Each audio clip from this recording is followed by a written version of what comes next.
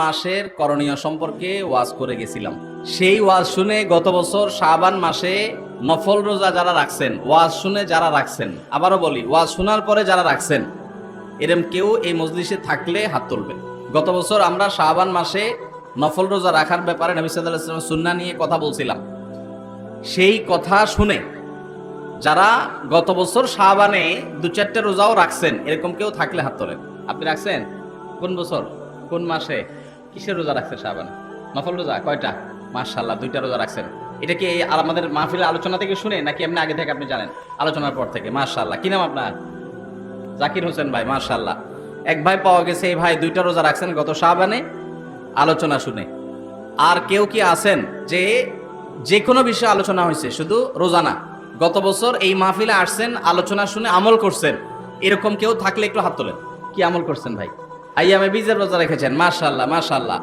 আমার ভাই, আইয়ামে বীজ, চাঁদের 13, 14, 15 এই 3 দিন রোজা রাখা সুন্নাত। এই দিনগুলো কি বলা হয়? আইয়ামে বীজ। নবী করিম সাল্লাল্লাহু আলাইহি সাল্লাম তার অত্যন্ত ভালোবাসার কয়েকজন সাহাবী, আবু যর গিফারি রাদিয়াল্লাহু তাআলা আনহু, আবু হুরায়রা রাদিয়াল্লাহু তাআলা আনহু, অত্যন্ত ভালোবাসার আপন কিছু মানুষকে খুবই মায়াময় ভাষায় বলেছেন, আমি তোমাদেরকে ওসিয়ত করে গেলাম।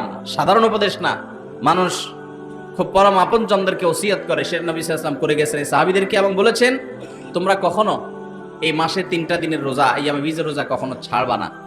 নবীজি এটা কতটা গুরুত্বপূর্ণ হলে এইভাবে তিনি ওসিয়ত করে যান। তো সেই ওসিয়তটার উপরে মাশাআল্লাহ ভাই আমল করেছেন, অনেকে আমরা আমল করি নাই। তাহলে গত বছর ওয়াজ মাহফিলে 2টা ফসল পাইলাম বুঝে। আর বাকি কেউ থাকলে বলেন। যদি দেখা যায় আমল করার লোক নাই, তাহলে অহেতুক সময় নষ্ট করবো না তো। কারণ শুধু পানি সেচলাম, মাছ ধরলাম না, এতে কোনো মানে নাই। আমি পানি সেচছি গত বছর, মাছ ধরবো এবছর ইনশাআল্লাহ। বলেন ভাই, আন্দাজে আবার হাত তুলেন না কেউ, খবরদার। জি ভাই, মাশাআল্লাহ মাশাআল্লাহ। আমার নিজেরও পরিপূর্ণ মনে ছিল না, উনি বলার পরে আমার মাথায় চলে আসছে। গত বছর আল্লাহর শুকরিয়া আদায় নিয়ে আমরা কথা বলেছিলাম। কি বলছিলাম বলেন তো ভালো করে? সব ক্ষেত্রে আল্লাহ শুকর আদায় করতে হবে। মাশাআল্লাহ, আপনি এটার উপরে কি আমল করছেন? মানে কষ্ট হইলেও আল্লাহর শুকরিয়া আদায় করেন, আর ভালো কিছু করলে পাইলে তো করেনি। মাশাআল্লাহ। কি নাম আপনার? হ্যাঁ, সাইম ভাই। ভাই কোথায়? মাশাআল্লাহ, পাশের এলাকার মানুষ। কি করেন ভাই? টেক্সটাইলে কাজ করেন।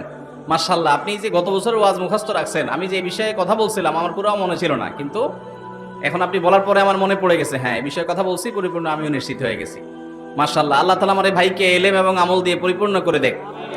আল্লাহ এই ভাইকে দিনের দায়ী হিসাবে কবুল মঞ্জুর করে নেক। বিয়ে শাদী করছেন?